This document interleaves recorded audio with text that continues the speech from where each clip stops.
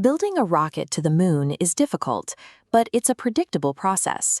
It has a clear sequence of steps, a definitive end state, and follows the strict rules of physics. We call this a complicated problem.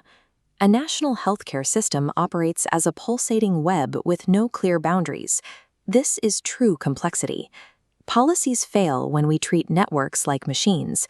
We apply step-by-step logic to interconnected webs, only to see our interventions shatter against a reality they weren't designed for.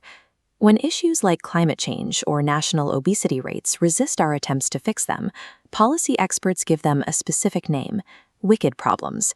Apply a mechanical solution to a wicked problem, and the network quietly swallows your effort whole. Policymaking usually relies on a comforting illusion. We assume that pulling lever A will produce outcome B. In reality, governments can pour billions into a massive new initiative, only to watch the target environment absorb the shock and return to exactly where it started, yielding zero net change.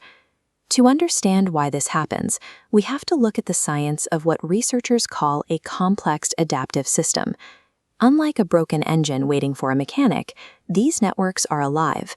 They are dynamic structures that reflexively work to protect their current state. When a major policy fails to move the needle, it rarely comes down to a lack of effort. It happens because the system is effectively fighting back. The first way a complex system defends itself is through adaptation.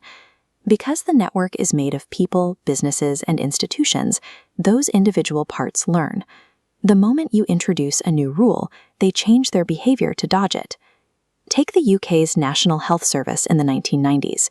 The government introduced strict mandates designed to slash hospital waiting times. Rather than accelerating patient care across the board, the network found a workaround.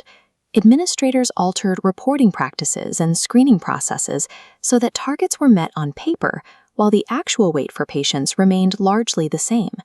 A threatened system will always seek the path of least resistance to neutralize an outside force. Introduce a rigid metric, and the network will simply treat it as a game to be beaten. The second layer of defense is the negative feedback loop. This is the natural mechanism a system uses to push back against disruptions and maintain its balance. As smoking rates fell, individuals lost the appetite-suppressing effects of nicotine, and social smoke breaks were often replaced by snacking. These small shifts in behavior, scaled across millions of people, created a feedback loop that contributed to a measurable rise in obesity. This natural stabilizing force creates the ultimate trap for policymakers, a physical concept scientists call domains of stability. Imagine an underfunded transit network as a heavy sphere resting firmly at the bottom of a steep valley. A short-term subsidy pushes that sphere halfway up the wall, but when funding dries up, gravity takes over, and it rolls back to its stagnant baseline. Interconnected networks have a heavy gravitational pull. Unless you apply enough sustained force to physically alter the landscape, they will always snap back into their original shape. Temporary nudges will not break the cycle. To change a complex environment, you have to apply enough sustained pressure to force the entire system out of its current stability domain. You have to push until you hit a tipping point. Cross this invisible threshold, and the old patterns shatter, allowing the network to rapidly slide into a completely new, irreversible state.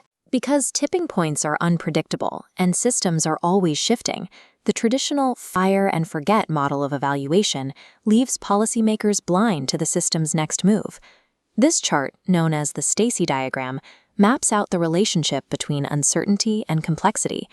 When you operate in the upper right quadrant, you cannot rely on rigid plans. You have to adopt agile and adaptive management. Because the system is constantly adapting to your rules in real time, your strategy for measuring and guiding that network has to evolve right alongside it. To solve the hardest problems of this century, we have to let go of the idea that society runs like a machine. We have to map, monitor, and outmaneuver the hidden forces, trying to hold our world exactly where it is.